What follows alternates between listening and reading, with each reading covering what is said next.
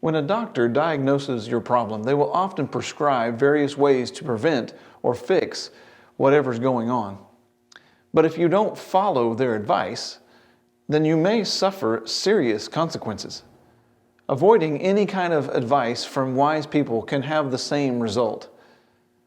Avoiding Solomon's advice about sex can have serious consequences too. Join me today as we take a quick look at the Proverbs and learn how to accept good advice.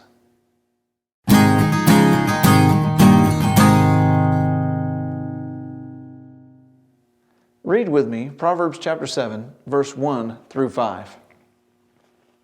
My son, keep my words and store up my commands within you. Keep my commands and you will live. Guard my teachings as the apple of your eye. Bind them on your fingers, write them on the tablet of your heart. Say to wisdom, you are my sister, and to insight, you are my relative. They will keep you from the adulterous woman, from the wayward woman with her seductive words. Solomon is telling us in these verses that we need to protect ourselves from sexual immorality. He tells us that we can do that in two ways. The first way is by obeying godly instructions. Godly instructions are more than just fancy words that sound nice. They are intended to be followed. They require application through action. Solomon uses several action words to express how we need to apply his advice. He says to keep, to store up, to guard, bind, and write his teachings and commands. He says we need to make these godly instructions part of who we are as a person. He says they need to be within us, and we need to live by them. He says they need to be the apple of our eyes, which means we need to make them the central focus of the way we look at things.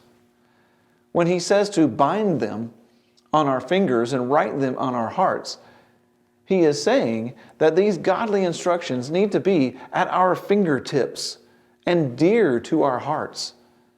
Also, the idea of binding them on our fingers symbolizes putting them into use in our actions. The second way that we can protect ourselves from sexual immorality is by seeking wisdom and treasuring understanding.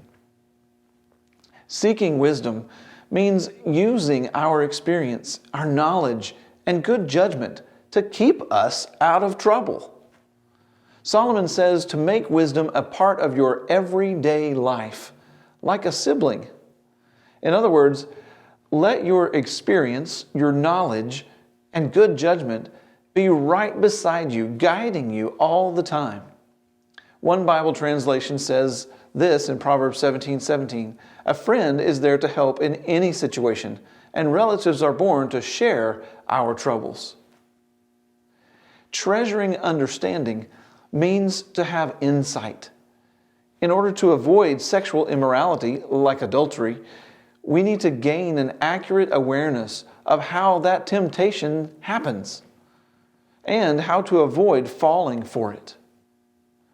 Making wisdom and insight our close relatives can give us a great spiritual strength for avoiding the pitfalls of any sin, including sexual immorality. Keeping all of this advice from Solomon will keep us from falling into sin.